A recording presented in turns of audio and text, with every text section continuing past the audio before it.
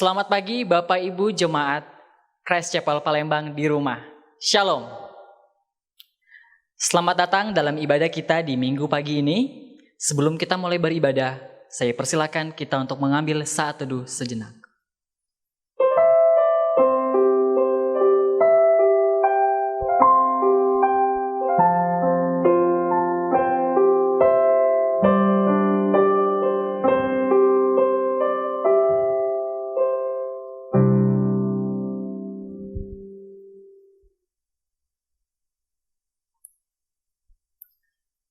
Saya persilakan Bapak Ibu untuk berdiri. Mari sama-sama kita menyambut undangan Tuhan untuk beribadah. Itulah sebabnya Allah sangat meninggikan Dia dan mengaruniakan kepadanya nama di atas segala nama. Supaya dalam nama Yesus bertekuk lutut segala yang ada di langit dan yang ada di atas bumi dan yang ada di bawah bumi. Bersama-sama. Dan segala lidah mengaku Yesus Kristus adalah Tuhan bagi kemuliaan Allah Bapa. Bersama-sama kita nyanyikan Rajakanlah Yesus.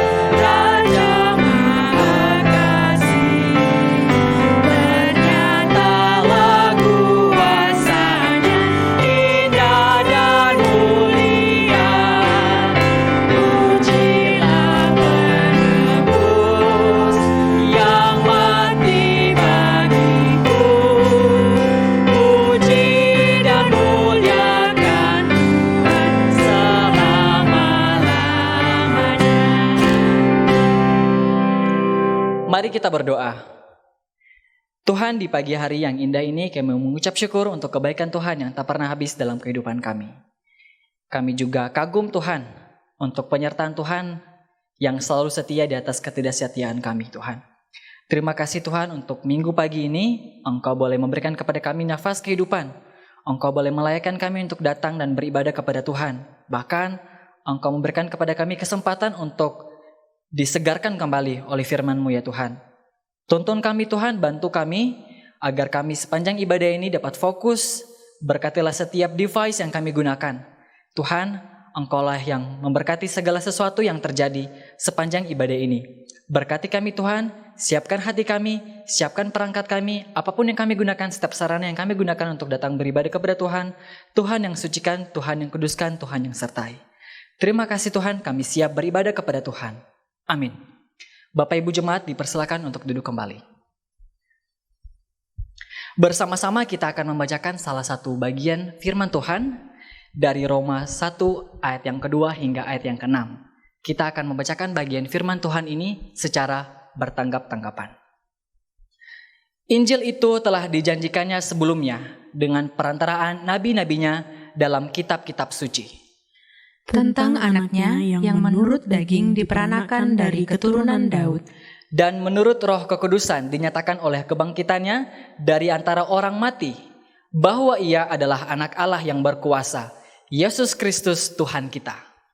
Dengan perantaraannya kami menerima kasih karunia dan jabatan rasul untuk menuntun semua bangsa supaya mereka percaya dan taat kepada namanya. Bersama-sama. Kamu juga termasuk di antara mereka, kamu yang telah dipanggil menjadi milik Kristus. Kita yang telah dipanggil menjadi milik Kristus, saat ini kita adalah miliknya. Bersama-sama kita angkat pujian, Kini Ku Milik Yesus.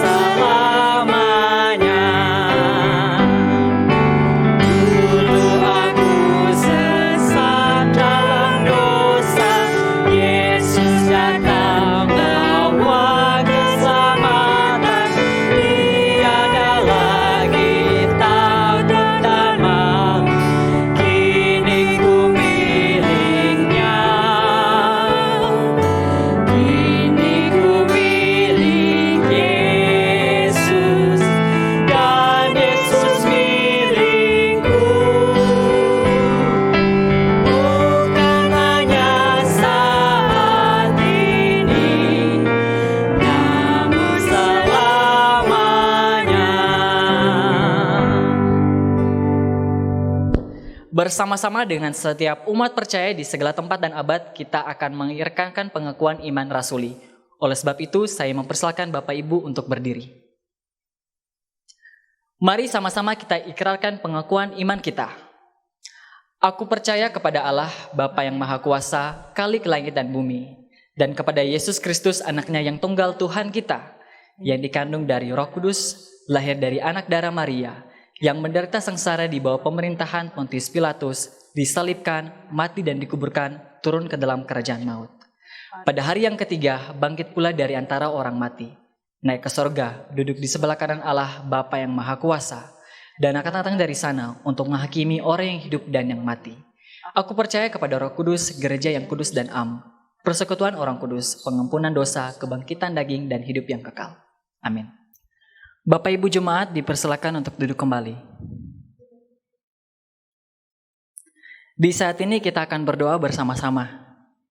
Di akhir doa nanti kita akan menutupnya dengan doa Bapa kami. Mari kita berdoa. Tuhan Bapa kami yang kekal kudus, kami mengucap syukur untuk penyertaan Tuhan yang tidak pernah habis bagi kami, secara khusus di komunitas Christ Chapel Palembang. Terima kasih untuk satu komunitas indah yang Kau hadirkan di kota kami, kota Palembang. Terima kasih untuk para jemaat yang boleh bertumbuh hingga di saat ini. Terima kasih untuk setiap berkat, baik secara rohani maupun materi yang tidak pernah habis Engkau limpahkan dalam kehidupan kami. Terima kasih ya Tuhan.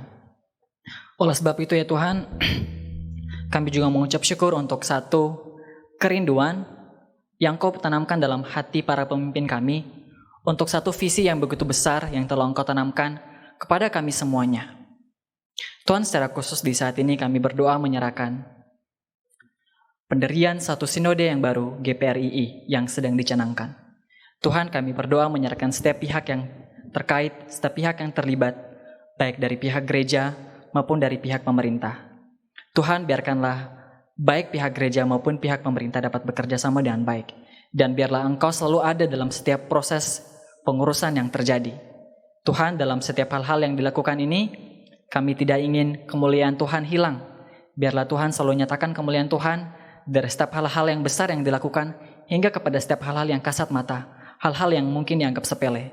Tapi kami percaya bahwa Tuhan tetap menyertai kami, maupun dalam proses pendirian satu sinode yang baru GPRII.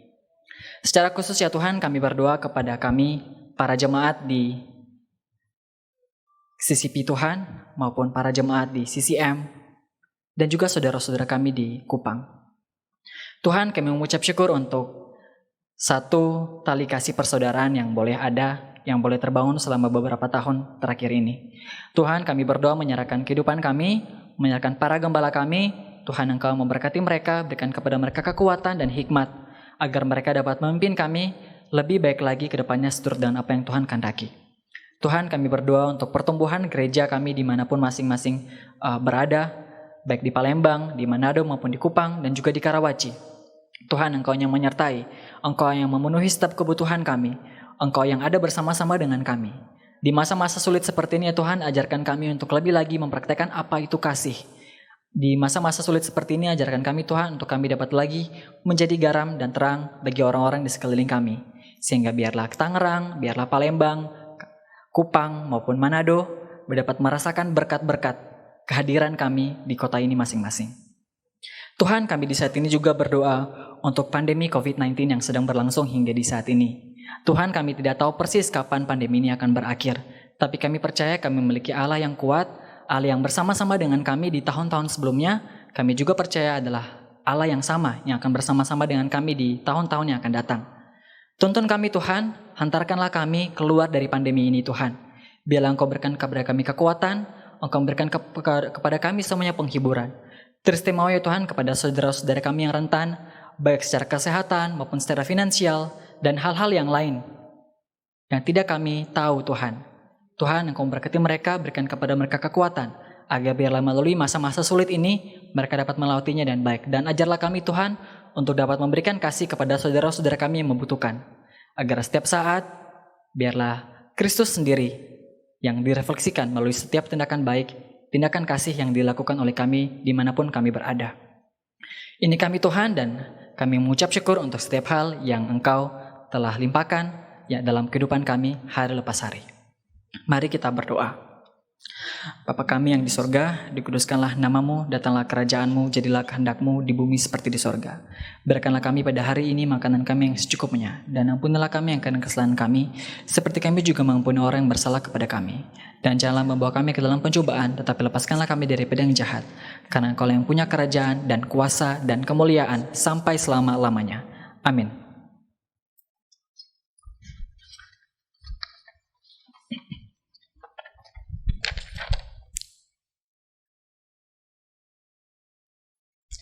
Di saat ini kita akan memberikan persembahan kepada Tuhan. Bagian firman Tuhan yang mendasari persembahan kita di hari ini terambil dari Filipi 4 ayat 19 hingga ayat yang ke-20. Saya akan membacakannya kepada kita semua. Allahku akan memenuhi segala keperluanmu menurut kekayaan dan kemuliaannya dalam Kristus Yesus. Dimuliakanlah Allah dan Bapa kita selama-lamanya. Amin. Sembari persembahan diberikan, kita mengangkat pujian My Heart is Filled with Thankfulness.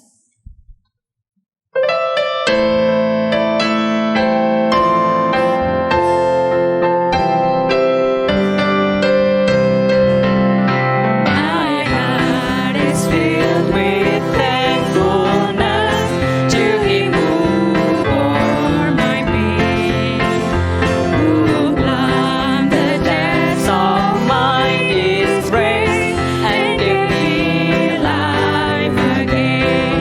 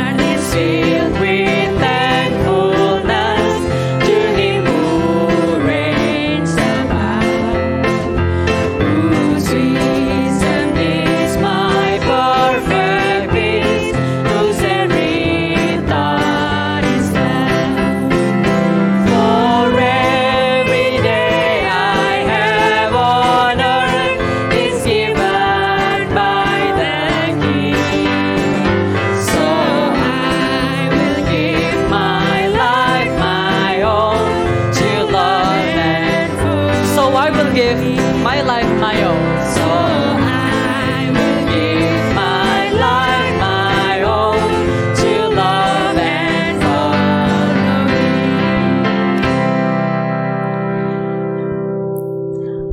Mari kita berdiri. Kita berdoa menyerahkan persembahan kita kepada Tuhan. Tuhan, kami yang hidup, kami mengucap syukur untuk kesempatan kami dapat memberikan sebagian dari berkat yang sudah Tuhan limpahkan dalam kehidupan kami. Tuhan, kiranya Engkau menerima berkat ini. Tuhan, Engkau saja yang memberkati dan melayakkan orang-orang yang akan mengerjakan setiap hal-hal yang telah diberikan. Sehingga biarlah setiap hal-hal ini dapat menjadi satu berkat maupun menjadi satu sarana yang dapat mampu digunakan untuk memperluas pekerjaan Tuhan teristimewa dalam Christ Chapel Palembang. Ini kami Tuhan, kami menyerahkan diri kami sebagai persembahan yang hidup dalam tangan Tuhan dengan segala kekurangan dan segala kelebihan yang kami miliki. Dalam nama Tuhan Yesus Kristus kami berdoa dan menyerahkan persembahan kami. Amin. Bapak Ibu Jemaat dipersilakan untuk duduk kembali. Mari sama-sama kita mempersiapkan hati dan pikiran kita akan mendengarkan firman Tuhan. Sambil kita mempersiapkan hati dan pemikiran kita sama-sama mengangkat satu him, Carilah Dulu Kerajaan Allah.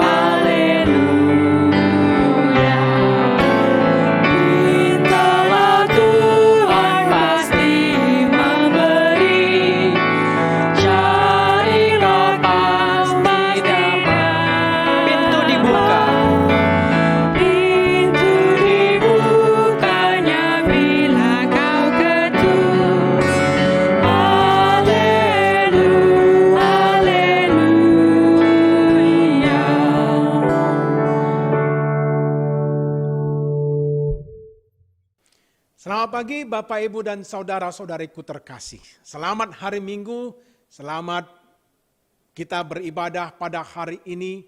Dan saya mau mengucapkan salam secara khusus kepada seluruh jemaat Christ Chapel, baik yang ada di Palembang, di Jabodetabek, di Manado sendiri, dan bahkan yang paling timur, saudara-saudariku yang di Kupang. Kasih karunia dari Allah Bapa kita dan damai sejahtera dari Tuhan kita Yesus Kristus selalu menyertai kita di masa pandemi yang terus berlarut-larut ini. Kita bersyukur kepada Tuhan sekalipun di masa-masa yang tidak menentu, Tuhan senantiasa memberi kita kepastian dan jaminan di dalam firman-Nya yang terus memelihara kita pada hari-hari ini. Saudara-saudaraku yang terkasih, sejarah berulang kali menunjukkan kepada kita bahwa keberlangsungan suatu organisasi atau gerakan itu seringkali ditentukan oleh kredibilitas para pemimpinnya. Maju mundurnya gerakan itu, bangkit atau runtuhnya organisasi itu, sangat dipengaruhi oleh integritas para pemimpinnya. Satu contoh misalnya, seorang tokoh sejarah bernama Kenneth Lay. Ken Lay merupakan seorang anak dari seorang pendeta. Dan pada tahun 1984, setelah mengantongi gelar PhD dalam ilmu ekonomi, Ken Lay itu menjadi CEO dari sebuah perusahaan gas alam. Dan semenjak menjadi CEO, dia mengadakan beberapa aksi korporasi, merger dan akuisisi, sehingga pada tahun 1985 terbentuklah suatu perusahaan baru namanya Enron Corporation. Nah, bagi kita praktisi bisnis atau mahasiswa ilmu manajemen mungkin pernah mendengar ini. Suatu perusahaan raksasa energi pada dekade 90-an. Dan memang masa-masa kejayaannya antara tahun 96 sampai tahun 2000. Enron itu memiliki valuasi sekitar 60 miliar US dollar. Atau kalau di zaman ini itu setara dengan 100 miliar US dollar. Dan menempati peringkat ke-6 perusahaan terbesar di Amerika Serikat. Tetapi saudara-saudaraku, kemudian segalanya runtuh. Pada bulan Desember 2001, perusahaan Enron mengajukan pilot. Ini kasus kebangkrutan yang terbesar sepanjang sejarah Amerika Serikat. Maka banyak orang menyelidiki, diadakan sebuah penyelidikan investigasi. Mengapa perusahaan sebegitu besar bisa tiba-tiba bangkrut? Dan ternyata semuanya bermuara kepada sosok Kenneth Lay itu sendiri. Sang CEO ternyata melakukan berbagai praktik penggelapan dana perusahaan. Dan bahkan melakukan manipulasi laporan pembukuan supaya perusahaan Enron kelihatan tetap sehat. Jadi keruntuhan perusahaan Enron merupakan hasil daripada keruntuhan kredibilitas dari pemimpinnya.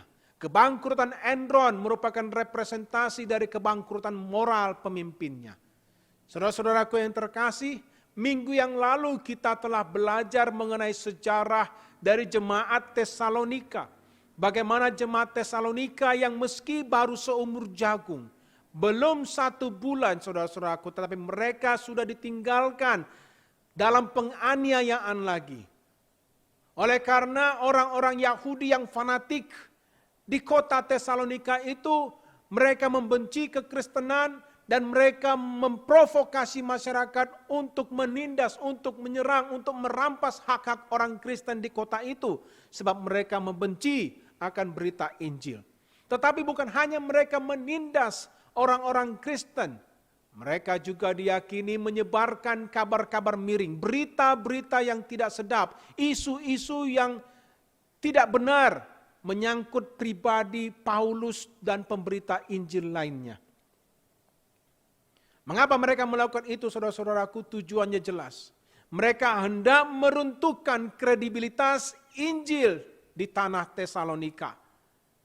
Jikalau mereka berhasil meruntuhkan kredibilitas dari para pemberita Injil, maka harapannya kredibilitas berita Injil juga itu menjadi runtuh. Nah, inilah pekerjaan daripada orang-orang yang membenci kekristenan. Tetapi saudara-saudaraku, kita akan membaca dalam bacaan pada hari ini bahwa Rasul Paulus akan melakukan pembelaan melalui suratnya. Ia membela kredibilitas mereka sebagai pemberita Injil, supaya kredibilitas berita Injil dapat terus ditegakkan. Itulah yang akan kita lihat, saudara-saudaraku, itulah akan kita amati dan kita renungkan sama-sama. Dan melalui perenungan pada hari ini, saudara-saudaraku, saya berharap kita akan semakin menyadari betapa pentingnya panggilan sebagai hamba Tuhan. Betapa itu sebuah profesi yang sangat signifikan. Betapa panggilan sebagai seorang pengkhotbah adalah sebuah panggilan yang amat sangat serius. Preachers matter. Marilah sekarang kita membaca dari pasal yang kedua dari surat 1 Tesalonika. Kita akan membacakan 6 ayatnya yang pertama. Saya akan membacakan bagi kita semua. Kamu sendiri pun memang tahu, saudara-saudara, bahwa kedatangan kami di antaramu tidaklah sia-sia. Tetapi sungguh pun kami sebelumnya, seperti kamu tahu telah dianiaya dan dihina di Filipi.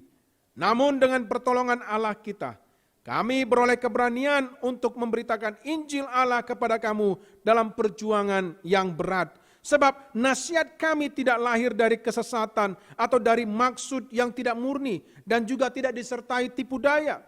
Sebaliknya, karena Allah telah menganggap kami layak untuk mempercayakan Injil kepada kami, karena itulah kami berbicara, bukan untuk menyukakan manusia, melainkan untuk menyukakan Allah yang menguji hati kita. Karena kami tidak pernah bermulut manis, hal itu kamu ketahui.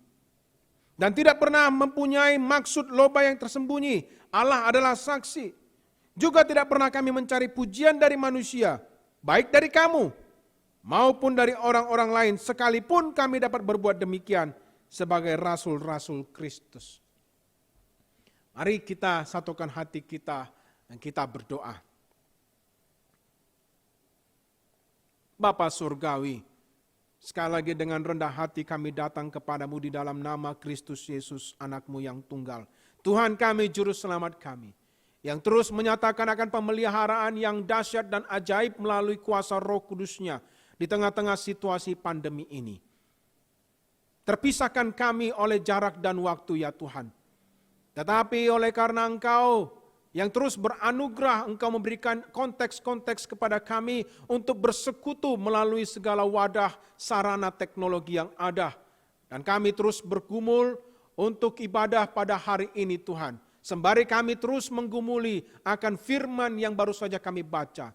Tolonglah kami supaya waktu-waktu ke depan kami menemukan suatu momentum prima, momentum kebersamaan bersama dengan Tuhan, mengerti akan firman Tuhan sebagaimana apa yang hendak Engkau sampaikan melalui hamba-Mu ini. Berilah kepada kami telinga yang siap mendengar Tuhan. Lapangkanlah hati kami dan biarlah kami hari ini beroleh penghiburan dan kekuatan, terutama kami yang mendapat panggilan sebagai pengkhotbah ataupun hamba Tuhan. Terpujilah nama Tuhan. Kami menyerahkan jam-jam ini ke dalam tangan-Mu.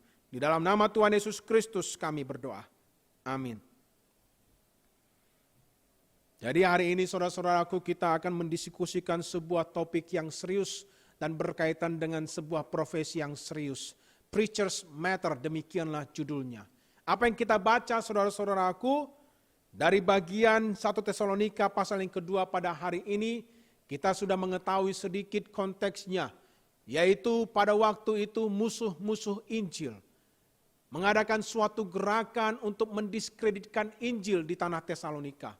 Musuh-musuh Injil menuduh Paulus dan rombongannya sebagai orang-orang yang mempunyai maksud hati yang tersembunyi. Atau yang dikatakan di dalam ayat kelima tadi, mempunyai maksud yang loba. Mereka menuduh Paulus dan tim misinya sengaja mendirikan jemaat-jemaat sekte yang baru di berbagai kota supaya mereka dapat menarik keuntungan finansial bagi diri mereka, supaya mereka memperoleh kekuasaan bagi diri mereka sendiri. Mereka menuduh Paulus ingin mempunyai sesuatu bagi diri mereka sendiri, memiliki motivasi yang sifatnya antroposentris. Kita tahu saudara-saudaraku, Paulus tidak demikian. Paulus adalah rasul yang dipilih Allah secara khusus untuk memberitakan Injil kepada bangsa-bangsa non-Yahudi. Maka Paulus, saudara-saudaraku, harus mengadakan suatu pembelaan. Karena dia menyadari, saudara-saudaraku, bahwa kredibilitas Injil sedang dipertaruhkan. Ketika kredibilitas pemberita Injil diruntuhkan, maka kredibilitas berita yang disampaikan juga itu menjadi dipertanyakan. Paulus harus membela diri. Tetapi pertanyaan saudara-saudara, bagaimana Paulus akan melakukan itu? Bagaimana cara yang tepat untuk dapat melakukan pembelaan? Paulus bisa saja saudara-saudara balik mengecam orang-orang yang sudah membusukkan namanya. Paulus bisa saja bahkan seperti yang dilakukan oleh orang-orang di zaman ini, menuntut balik orang-orang yang pernah memperkarakan dia. Tetapi itu tidak dilakukannya. Melainkan apa yang dilakukan oleh Paulus melalui suratnya, saudara-saudaraku. Paulus menjelaskan fakta. Paulus menjabarkan bagaimana fakta-faktanya. Dan Paulus kemudian meminta jemaat Tesalonika untuk memverifikasi fakta-fakta tersebut. Maka kita menemukan di dalam ayat-ayat yang kita baca tadi ada beberapa istilah perkataan seperti ini. Kamu sendiri tahu. Seperti yang kamu tahu. Hal itu juga kamu ketahui.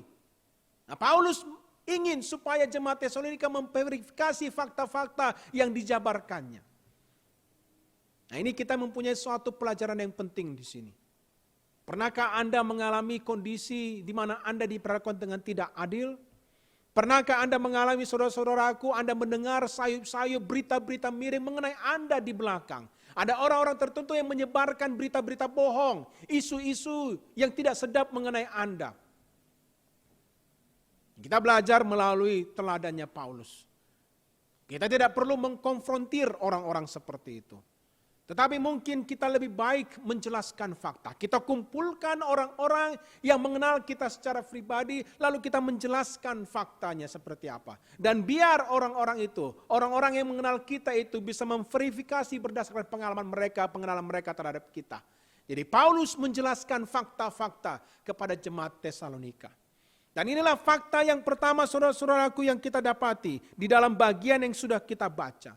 Bahwa Paulus mengatakan dia dan rombongannya memberitakan Injil karena dorongan Allah dan karena keberanian yang dikaruniakan oleh Allah.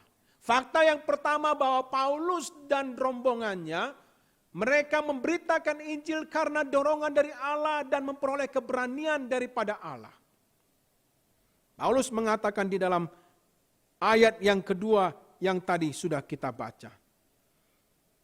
Sungguh pun kami sebelumnya, seperti kamu tahu, telah dianiaya dan dihina di Filipi.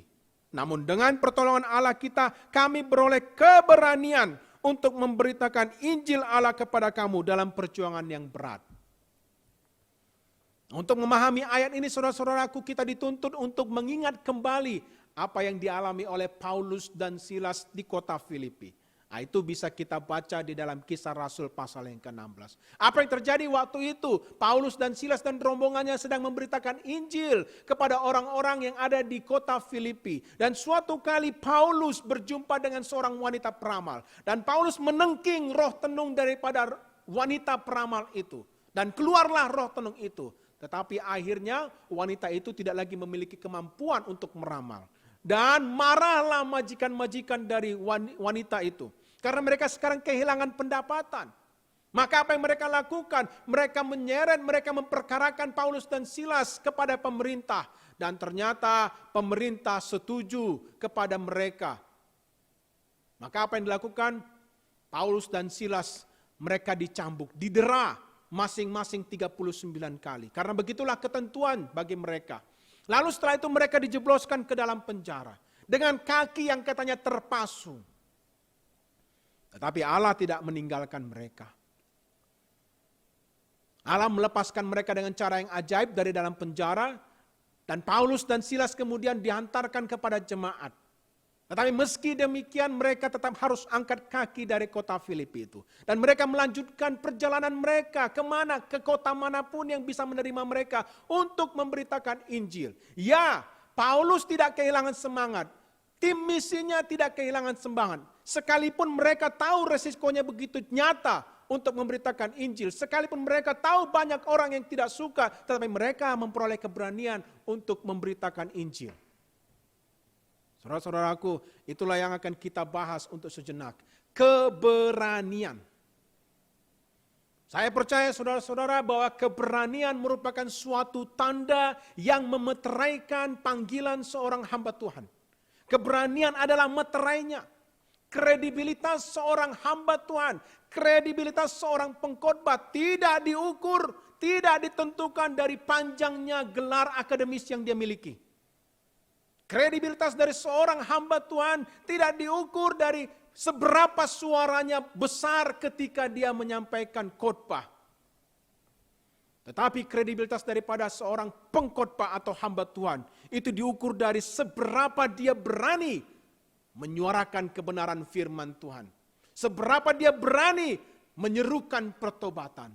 Inilah yang menjadi ciri khas dari hamba-hamba Tuhan di sepanjang zaman. You name it. Nuh, Musa, Elia, Yesaya, Yeremia, Yeskiel dan semua yang lain. Mereka semua memiliki masanya dikonfrontir dengan dunia yang membenci Allah. Tetapi mereka harus menyampaikan kebenaran itu. Entah mereka berhadapan dengan 100 orang. Entah berhadapan dengan 1000 orang. Entah itu di hadapan seorang gubernur sekalipun atau raja sekalipun, mereka tetap harus menyampaikan sesuai dengan kebenaran firman Tuhan. Itulah yang menjadi ciri khas daripada seorang hamba Tuhan atau pengkhotbah. Dan saudara-saudaraku, keberanian itu harus dimiliki oleh seorang hamba Tuhan di sepanjang zaman dan terkhususnya juga di zaman ini. Yang saya maksud bukanlah keberanian yang merupakan sifat bawaan dari individu hamba Tuhan itu. Ada hamba Tuhan tertentu memang semenjak dari lahirnya, semenjak dia kecil sudah menunjukkan bakat, dia berani berbicara di hadapan orang-orang dewasa. Tetapi yang saya maksud adalah suatu keberanian yang berasal daripada Allah. Dan seorang pengkhotbah dan seorang hamba Tuhan harus memiliki keberanian itu. Dia memerlukan keberanian yang berasal daripada Allah. Karena hamba Tuhan pengkhotbah itu memerlukan keberanian Allah daripada Allah untuk menyampaikan pesan Allah kepada dunia yang membenci Allah. Saya ulangi sekali lagi saudara-saudaraku, karena ini penting. Seorang pengkhotbah atau hamba Tuhan memerlukan keberanian daripada Allah, karena dia harus menyampaikan pesan Allah kepada dunia yang membenci Allah. Itulah pentingnya keberanian itu. Nah, saudara-saudaraku, saat-saat ini kita paling membutuhkannya.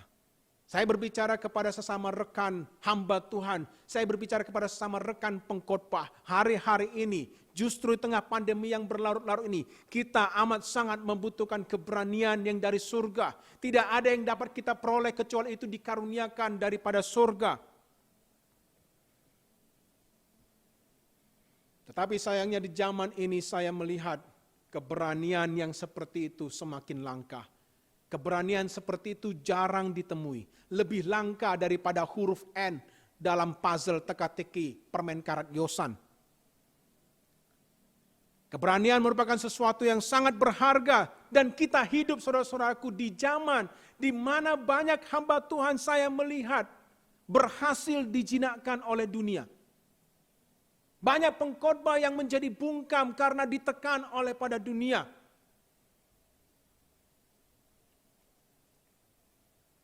Di bawah mantra kerukunan, toleransi, hamba-hamba Tuhan membungkam dirinya untuk tidak memberitakan Injil.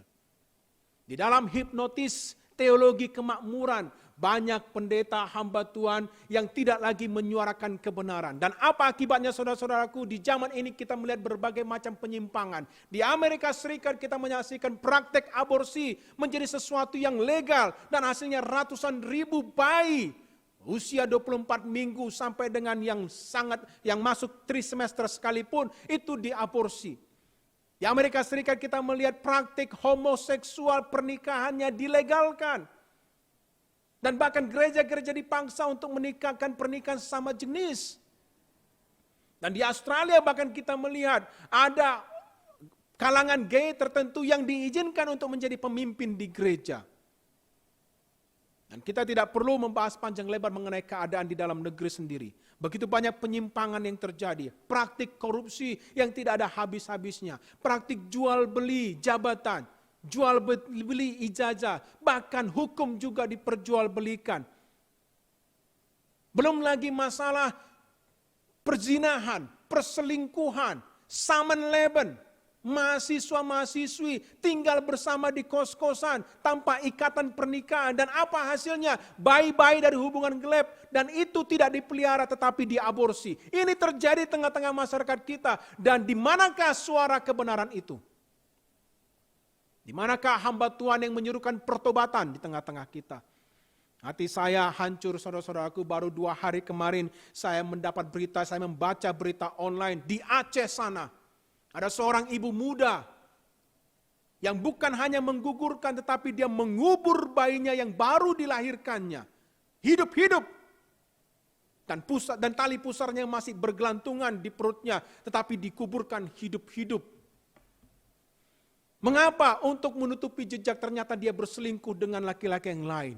Di manakah suara orang yang berseru-seru menyerukan pertobatan?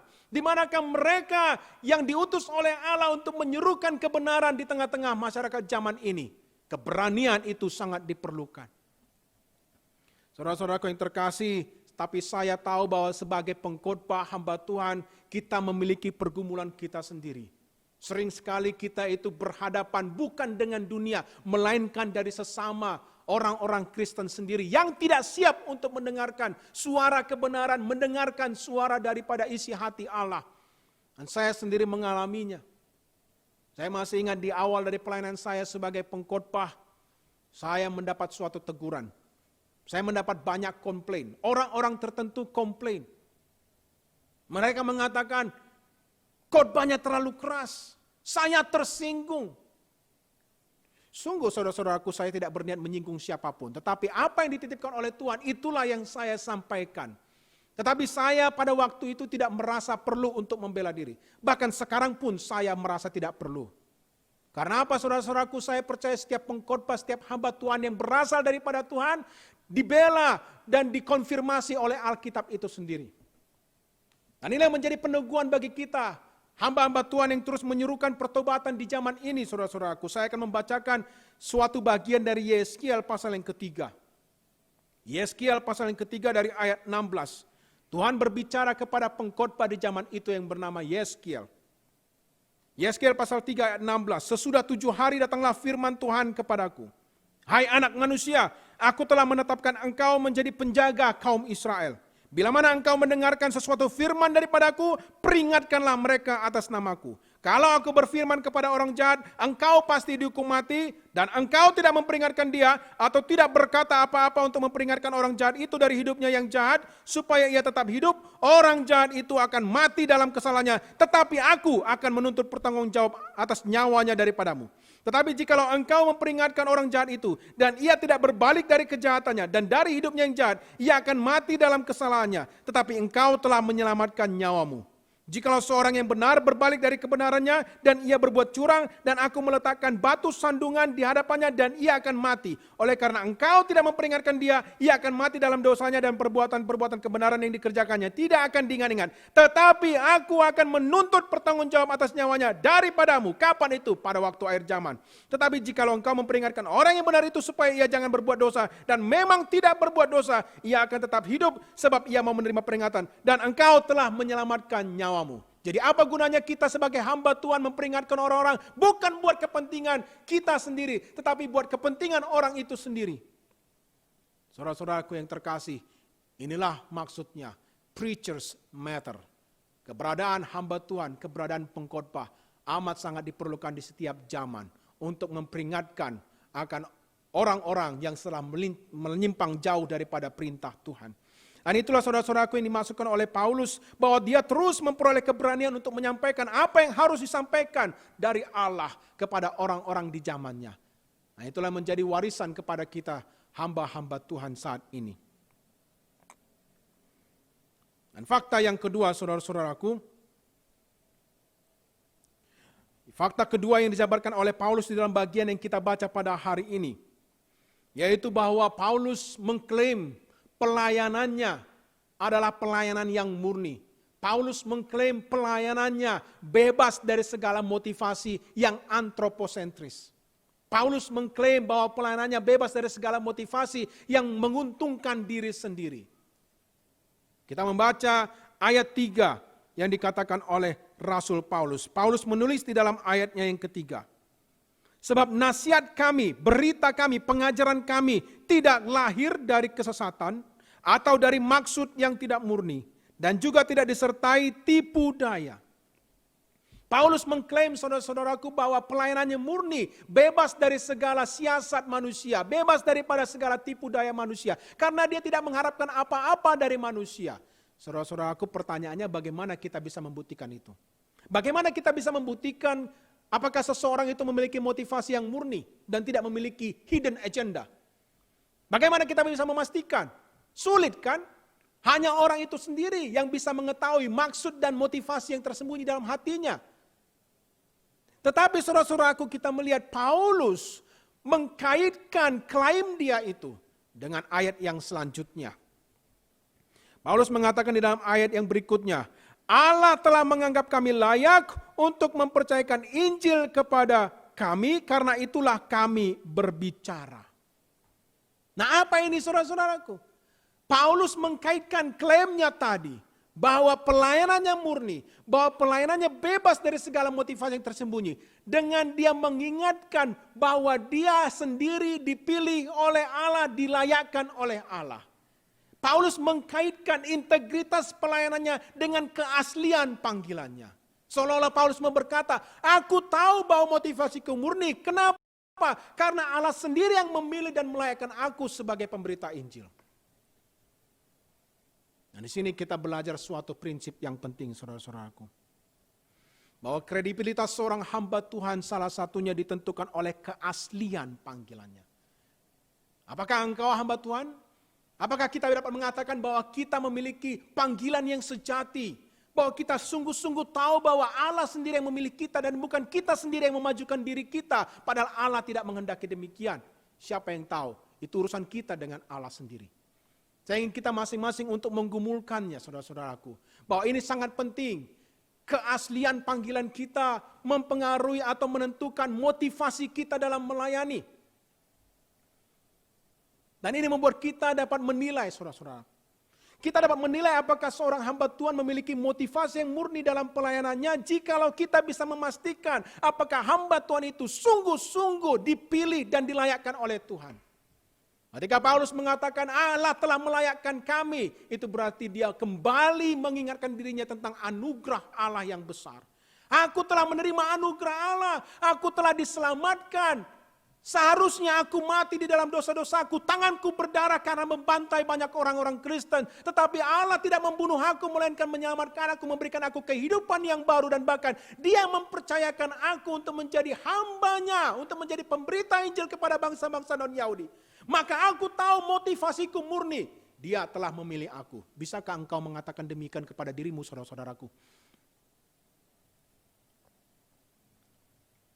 Nah, ini penting sekali.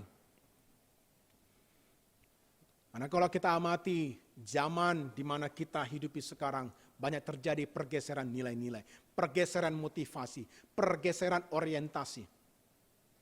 Dulu saudara-saudaraku saya masih ingat, ada masa ketika jarang sekali atau hampir tidak ada anak-anak yang bercita-cita menjadi hamba Tuhan.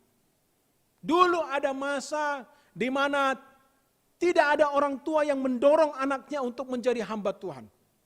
Bahkan orang tua cenderung untuk menghalang-halangi anaknya supaya tidak masuk sekolah pendeta.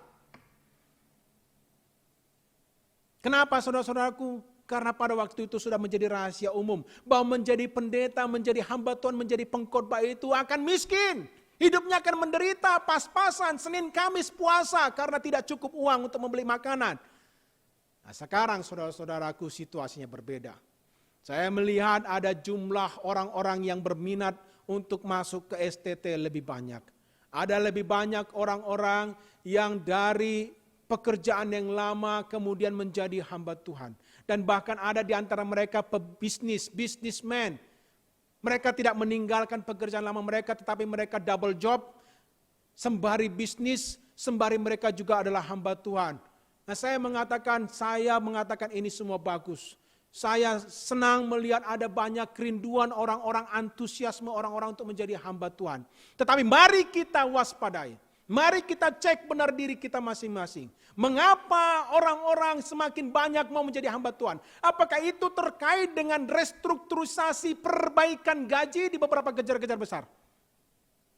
Nah, saya harus terbuka, saudara-saudaraku. Karena mata saya sendiri melihat dan pernah membaca bagaimana di suatu tata gereja tertentu menekankan dan menuliskan dengan jelas bahwa hamba Tuhan, pendeta, gembala senior berhak memperoleh sekian persen dari persepuluhannya. Itu menjadi hak miliknya. Itu sudah ditentukan oleh tata gereja. Dan betapa banyak orang yang menjadi gembala sekarang ini. Karena apa? Karena menginginkan apa yang menjadi hanya. Itu tidak salah, saudara-saudaraku. Tetapi motivasinya apa?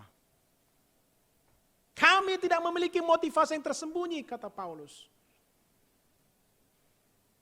Saya bersyukur saya lulus dari STT di mana saya kemarin ditempa dan dilatih. Karena saya tahu persis betapa STT itu memperlakukan suatu penyaringan yang selektif. Bukan hanya orang-orang itu diterima untuk belajar di STT karena dia memiliki kemampuan. Kemampuan saja bukan menjadi penentu utama. Tetapi banyak orang-orang, anak-anak muda yang akhirnya tidak bisa masuk ke STT tersebut. Karena apa? Karena tidak jelas panggilannya. Diyakini panggilannya tidak sejati, tidak asli.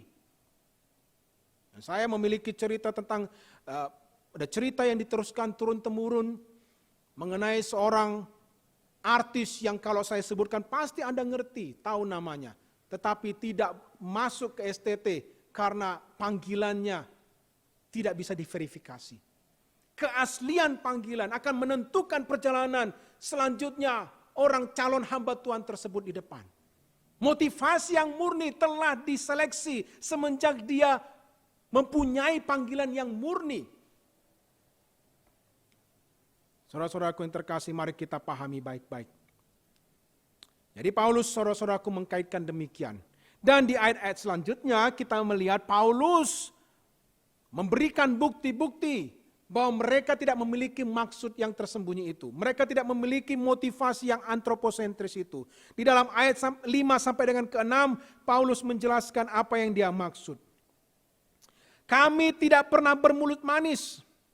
Hal itu kamu tahu. Tidak pernah mempunyai maksud loba yang tersembunyi. Allah adalah saksi. Tidak pernah kami mencari pujian dari manusia. Jadi Paulus mau benar-benar menjabarkan bukti-bukti bahwa dia tidak memiliki, bahwa dia dan tim rombongannya tidak memiliki maksud apapun yang lain selain untuk mempermuliakan Allah. Tidak bermulut manis. Tidak memiliki maksud loba. Tidak mencari pujian dari manusia. Nah, ini mewakili 3 ekspresi daripada jiwa. Mulut manis adalah perkataan. Maksud loba yang tersembunyi adalah pikiran. Pujian dari manusia itu berkaitan dengan perasaan yang senang kalau dipuji. Jadi pikiran, perasaan, dan perkataan. Nah, ini menjadi teladan daripada Paulus. Dia menjaga dirinya, dia memastikan bahwa segala motivasinya murni dengan 3 ekspresi itu. Saudara-saudaraku, dan ini juga yang perlu untuk kita pelajari dan harus kita tekankan sebagai hamba Tuhan maupun pengkhotbah. Dan secara cepat kita bisa menggali lebih dalam apa yang dimaksud, saudara-saudaraku. Seorang hamba Tuhan, seorang murid Kristus, seorang pengkhotbah tidak pernah bermulut manis. Tahukah saudara-saudara bahwa profesi seorang pengkhotbah ataupun hamba Tuhan merupakan suatu profesi yang signifikan dan sangat serius? Karena seorang pengkhotbah maupun hamba Tuhan itu menentukan kadang-kadang itu akan hidup dan mati seseorang. Bukan hanya kehidupan sekarang tetapi kehidupan yang akan datang. Sebegitulah pentingnya profesi akan hamba Tuhan ini. Maka dia diutus oleh Allah. Dan oleh karena itu hal terakhir yang diharapkan dilakukan oleh hamba Tuhan adalah bermulut manis. Itu adalah hal terakhir yang bisa dipikirkan seorang hamba Tuhan, seorang pengkhotbah. Bermulut manis. Apakah Anda seorang pengkhotbah? Apakah Anda seorang hamba Tuhan? Mari kita belajar dari Mika. Mika itu adalah juga seorang hamba Tuhan, seorang pengkhotbah, seorang nabi di zamannya. Kita bisa membaca ceritanya satu penggal dalam kehidupannya itu di dalam 1 Raja-Raja pasal yang 12. Di mana pada waktu itu Mika itu dipanggil oleh raja untuk dimintakan suara Tuhan. Apa yang sebenarnya dikehendaki Tuhan. Apa yang menjadi keputusan Tuhan. Dan Mika pada saat itu saudara-saudaraku, membuat dirinya dibenci oleh Raja Israel. Membuat dirinya ditampar oleh pegawai istana. Karena apa? Karena dia tidak mau tunduk untuk memberikan apa yang mereka mau. Yaitu kata-kata manis. Itulah menjadi tugas panggilan kita sebagai hamba Tuhan. Saya suka menggombal. Saya pernah menulis suatu buku yang berisi kumpulan penggombal. Tetapi saya tahu bahwa saya tidak boleh menggombal ketika saya menyampaikan firman Tuhan. Bagian gombal itu adalah untuk istri saya saja.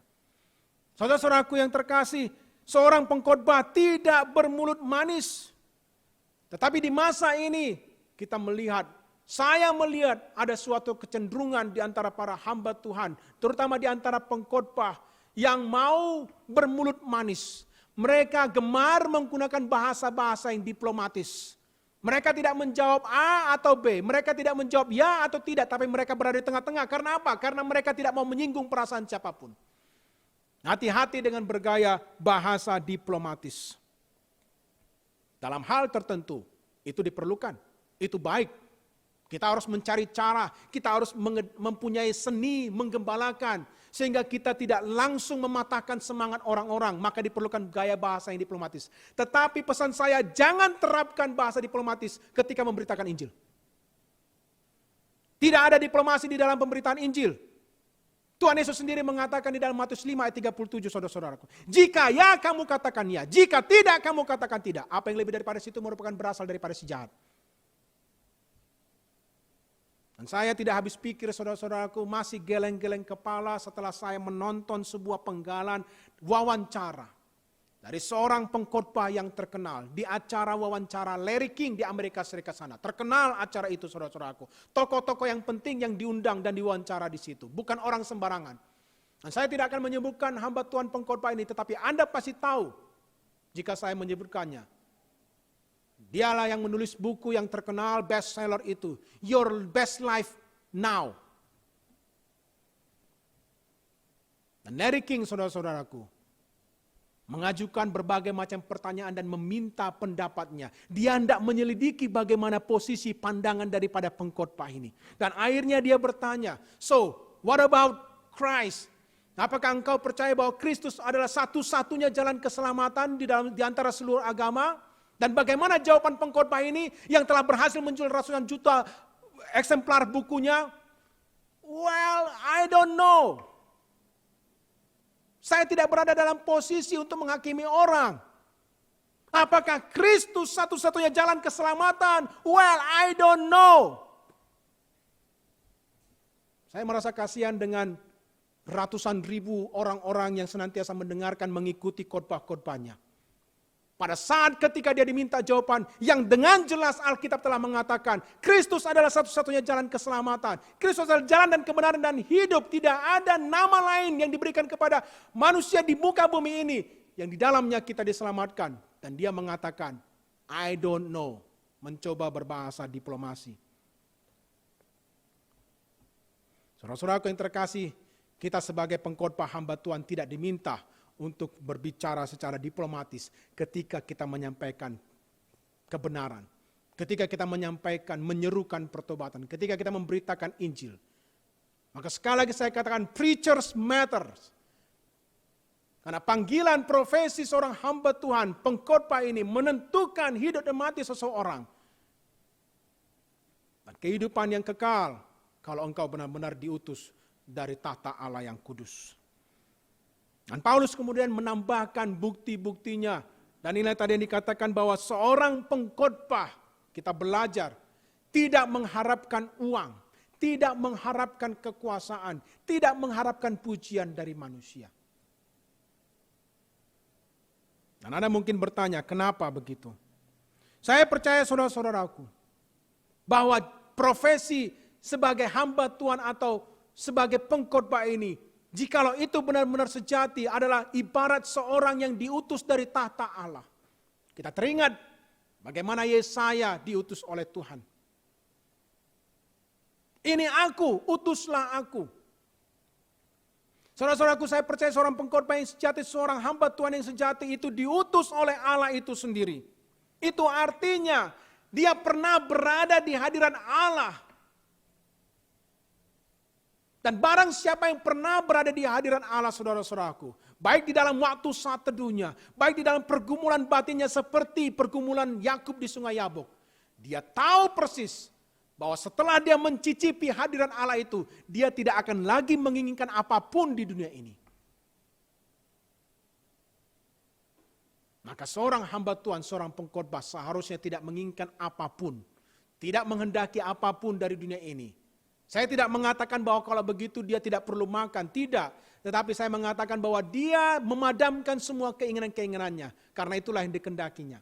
Yang dia pikirkan, orang yang pernah berada di hadiran Allah, satu-satunya hal yang dia pikirkan adalah bagaimana menyenangkan Allah. Bagaimana membuat dirinya dikenal oleh Tuhannya. Dia tidak memikirkan yang lain saudara-saudaraku, tetapi dia berfokus pada bagaimana seluruh keberadaannya bisa menyenangkan Allah. Maka Yesaya berkata, ini aku, utuslah aku. Dia tidak menginginkan yang lain selain hanya menyenangkan Allah. Tapi sayangnya saudara-saudaraku, kita harus berani mengakui bahwa sejarah kekristenan banyak dipenuhi oleh noda skandal-skandal daripada hamba Tuhan tertentu. Di zaman modern ini sudah tidak terhitung saudara-saudaraku. Ada orang seperti Jim Bakker, ada orang seperti Creflo Dollar. Ya, namanya saja sudah mencerminkan bagaimana orientasinya. Ada orang seperti Jimmy Swaggart yang dulu terkenal di hadapan ratusan juta mata karena disiarkan langsung. Televangelis ini mengakui dosa-dosanya, saudara-saudaraku. Dan seketika itu kredibilitas semua gerakannya, organisasinya menjadi runtuh.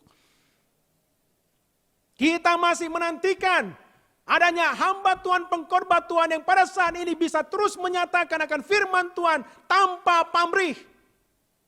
Tanpa pamrih.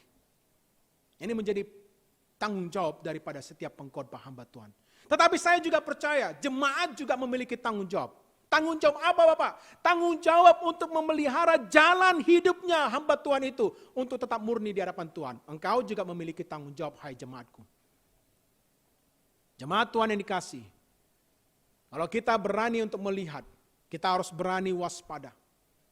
Bahwa ada budaya-budaya tertentu, praktik-praktik tertentu, kebiasaan-kebiasaan tertentu yang sekedar kita lakukan tetapi itu berpotensi meracuni hati seorang hamba Tuhan.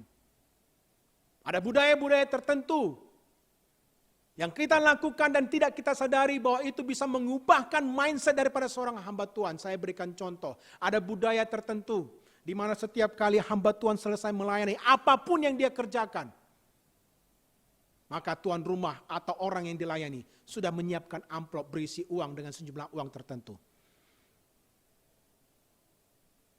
Nah, saya setuju, beberapa yang mungkin beralasan, itu kan Alkitabiah, betul. Rasul Paulus sendiri mengatakan, biarlah seorang hamba Tuhan itu memperoleh upah daripada pekerjaannya, bahkan selama dia hidup di dunia ini. Betul, tetapi kita sebagai jemaat juga harus waspada, hati-hati. Saya mau ceritakan saudara-saudaraku, beberapa kali pengalaman saya di telepon, Bapak boleh nggak melayani? Ada seorang kenalan saya itu sudah masuk di rumah sakit, tolong doakan dia. Maka saya langsung pergi saudara-saudaraku, karena saya tahu saya diutus untuk itu. Maka saya datang ke rumah sakit dan saya melayankan firman Tuhan, membagikan renungan, lalu saya mendoakan. Saudara-saudaraku, ketika saya mau pulang, langsung tangan yang begitu cepat, gerakannya masuk ke dalam saku saya, menyelipkan beberapa ratus uang. Beberapa lembar uang 100.000. Saudara-saudaraku, dari sejak kapan ada kebiasaan seperti itu? Siapa yang mengajarkan seperti itu? Saya hanya menyampaikan firman Tuhan. Saya melakukan apa yang menjadi bagian saya. Tolong jangan habiskan kesenangan saya. Jangan rampok kesenangan saya untuk melayani Tuhan saya. Supaya saya berkenan kepadanya. Tetapi jemaat yang seperti itu, saya menghargai pemberiannya saudara-saudaraku. Tapi mari kita benar-benar memikirkan. Jikalau itu terus-menerus dilakukan kepada hamba-hamba Tuhan, maka berikutnya ketika saya dipanggil lagi, langsung di dalam pikiran ini mulai ada mekanisme, saya akan mendapatkan apa kali ini?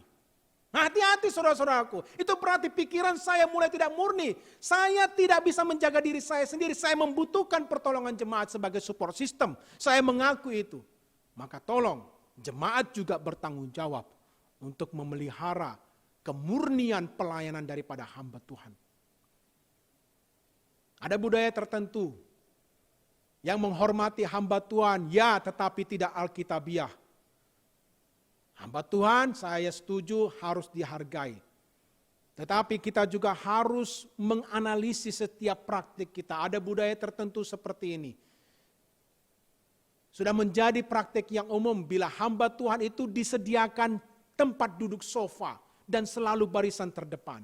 Itu sebuah penghargaan, betul. Tetapi ketika saya menoleh ke belakang, jemaat, anggota jemaat, sama-sama brothers and sister, mereka duduk di kursi plastik. Kenapa harus membedakan seperti itu? Dan saya mengatakan ini praktek penghormatan yang tidak alkitabiah. Kenapa? Karena Tuhan Yesus sendiri mengajarkan, jika engkau masuk ke sebuah perjamuan, duduklah di belakang. Jangan berusaha memajukan dirimu sendiri. Nanti engkau akan mendapat penghormatan itu dari tuan rumah. Tetapi jangan kamu langsung disajikan di depan. Saudara-saudaraku, kita semua adalah brothers and sister di hadapan Tuhan. Hanya bagian ini yang membedakan karena Tuhan memanggil orang-orang tertentu sebagai pengkhotbah hamba Tuhan. Tetapi di dalam praktek pergaulan sehari-hari, we are brothers and sisters, saudara-saudaraku. Saya tidak meminta Anda menghentikan semua kebiasaan itu, tapi saya ingin Anda mengevaluasi kembali. Jangan sampai kebiasaan tertentu yang kita lakukan itu nyata mengubah mindset, membuat suatu mekanisme pamrih di dalam pikirannya hamba Tuhan. Dan dalam budaya tertentu, setiap kali MC atau liturgos mau memanggil hamba Tuhan untuk maju, maka dia akan menyebut nama hamba Tuhan. Lengkap saudara-saudaraku. Nama depan, nama tengah, nama belakang. Lengkap gelarnya. S1-nya apa, S2-nya apa, S3-nya apa. Nah, saudara-saudaraku, saya tidak mengatakan ini sesuatu yang buruk saudara-saudaraku, tetapi mari kita coba imajinasikan suatu kali saya dipanggil, ya ketika giliran saya untuk menyampaikan firman Tuhan, maka saya dipanggil dengan nama yang lengkap. Ya, satu kali seperti itu. Tetapi setelah 7 kali saudara-saudaraku mengalami peristiwa-peristiwa yang serupa, maka yang ke-8 ketika saya dipanggil dengan tidak lengkap, ada sesuatu yang mengganjal. Saya tidak mengerti pada saat itu. Nah, sekarang saya mengerti. Kenapa? Karena saya sudah terbiasa dipanggil dengan nama lengkap dan saya senang. Jiwa saya senang. Saya merasa terpuji. Saudara-saudaraku, mari kita harus memastikan ini. Apakah kita memiliki motivasi untuk mencari pujian dari manusia? Apakah kita justru awalnya tidak mengharapkan seperti itu, tetapi karena kebiasaan-kebiasaan yang kita lakukan, maka kita juga mulai mengharapkan hal demikian. Dan ini tersembunyi, ini tidak kita sadari, tetapi itu muncul karena kebiasaan. Dan saudara-saudaraku, saya juga mau berbicara kepada beberapa orang yang mengakui dan mempraktikkan bahasa lidah. Apa maksud saya, saudara-saudaraku? Saya percaya jikalau Tuhan menghendaki, Tuhan bisa mengaruniakan bahasa lidah kepada orang-orang tertentu. Dengan tujuan apa? Sekali lagi untuk memberitakan Injil.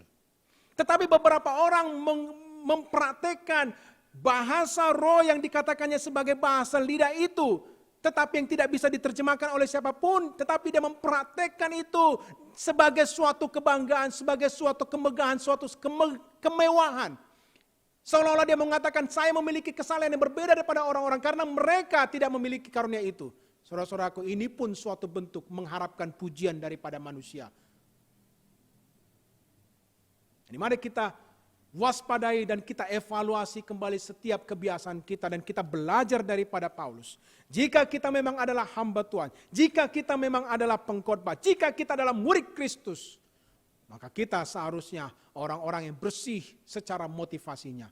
Motivasi kita sekali lagi seperti saya katakan, hanyalah untuk berkenan kepada Tuhan. Hanyalah untuk menyenangkan Allah yang telah mengutus kita. Maka kalaupun kita berhasil menuntaskan pelayanan kita, Tuhan Yesus mengharapkan kita sebagai hamba-hamba Tuhan menepuk dada dan berkata, aku ini hamba yang tidak berguna. Aku hanya bisa melakukan apa yang kulakukan karena Tuhan berkenan melayakkan aku. Preachers matters, saudara-saudaraku. Jadi kita melihat pada hari ini, panggilan sebagai pengkhotbah, panggilan sebagai hamba Tuhan, merupakan suatu panggilan yang serius. Mari kita coba memastikan itu di dalam kehidupan kita masing-masing. Apakah engkau saat ini sedang mempertimbangkan untuk menjadi hamba Tuhan? Apakah engkau saat ini sedang mempertimbangkan untuk masuk ke STT? Mari selidiki baik-baik keaslian panggilanmu.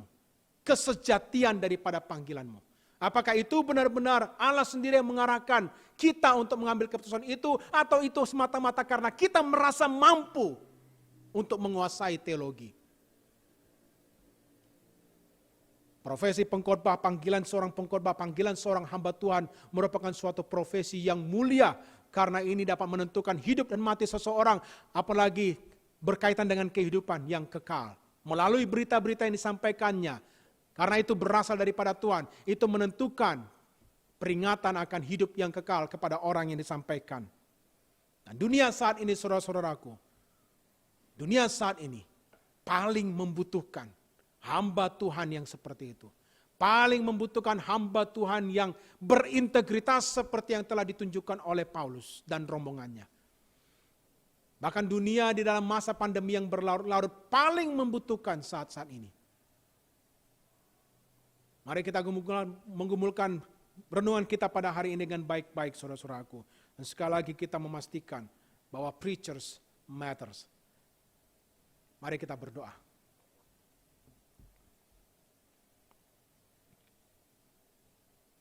Allah yang terkasih, Engkau yang telah mengutus hamba-hambamu di tempat dan di posisi yang Engkau sendiri inginkan, yaitu untuk menyampaikan kebenaran-Mu. menyerukan pertobatan, bahkan menawarkan berita Injil kepada jiwa yang lelah, jiwa yang mengalami kesesakan, orang-orang yang saat ini sedang kehilangan harapan dalam tengah masa pandemi yang berlarut-larut ini. Tuhan, sekali lagi, sebagaimana Engkau telah mempermuliakan nama-Mu melalui hamba-hamba-Mu di sepanjang zaman, permuliakanlah kembali nama-Mu Tuhan melalui semua pengkhotbah yang pada hari ini melaksanakan, menunaikan tugasnya sesuai yang Kau kehendaki.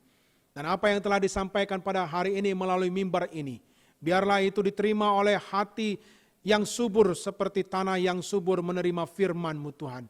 Dan biarlah Tuhan telinga kami tidak menjadi merah, tetapi hati kami boleh menjadi teduh.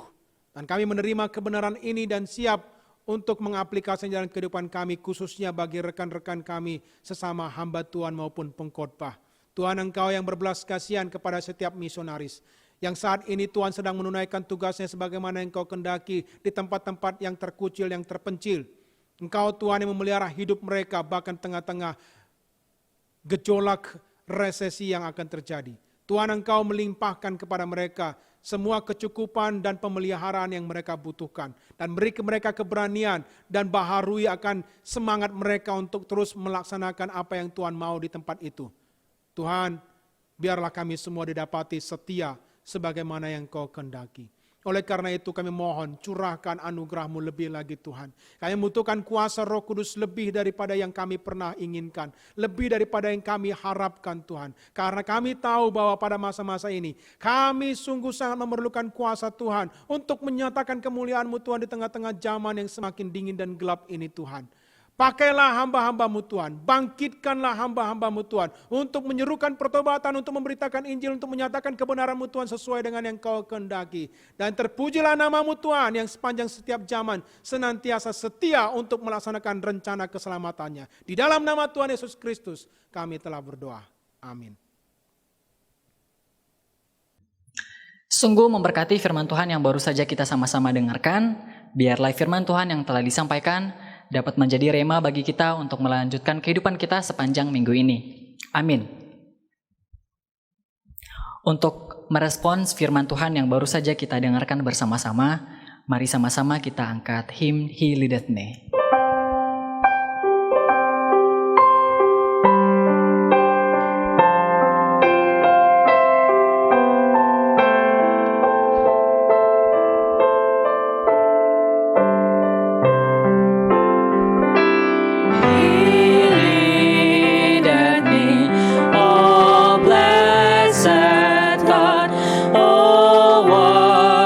With heavenly comfort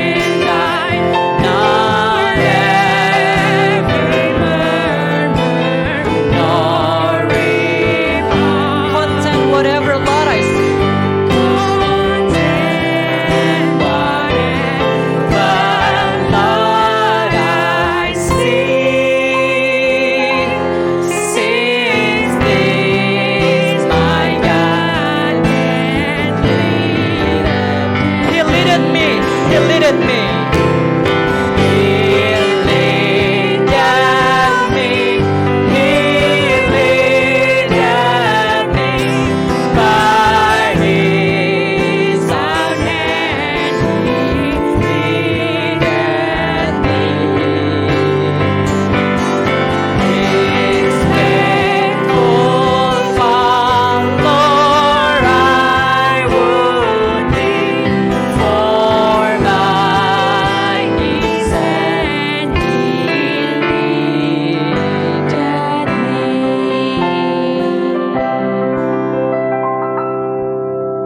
Amin. Tiba saatnya kita mengembalikan segala kemuliaan kepada Allah Tritunggal. Saya mengundang Bapak Ibu untuk bangkit berdiri.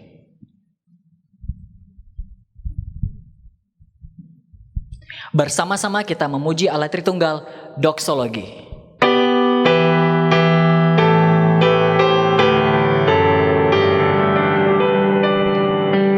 Praise God from whom all blessings flow. Praise Him all creatures here below.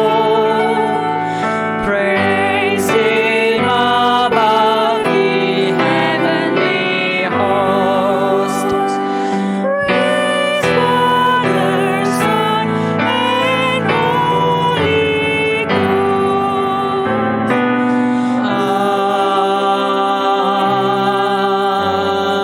Amen.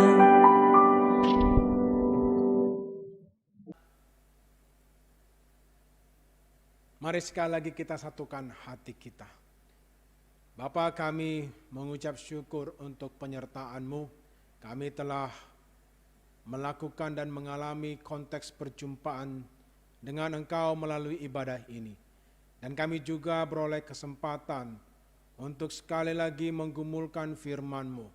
Dan Roh Kudus-Mu sendiri yang menolong kami. Maka saat ini Tuhan, ketika kami menuntaskan ibadah ini, biarlah kami pulang dengan membawa berkas-berkas berkat daripada-Mu. Umat yang dikasihi Tuhan, terimalah berkat daripada Tuhan Allah kita. Tuhan menyertai engkau dan melindungi engkau.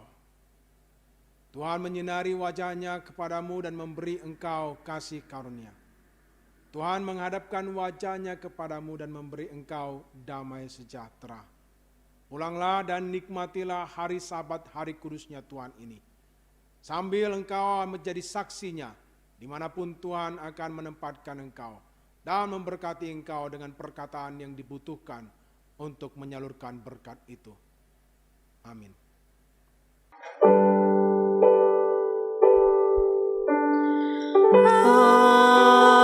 Amin. Amin.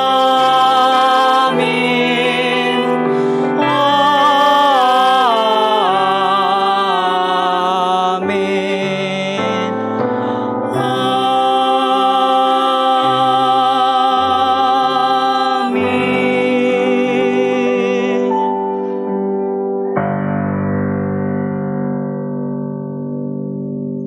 Demikianlah ibadah kita di minggu pagi ini. Mari kita bersaat teduh sebentar.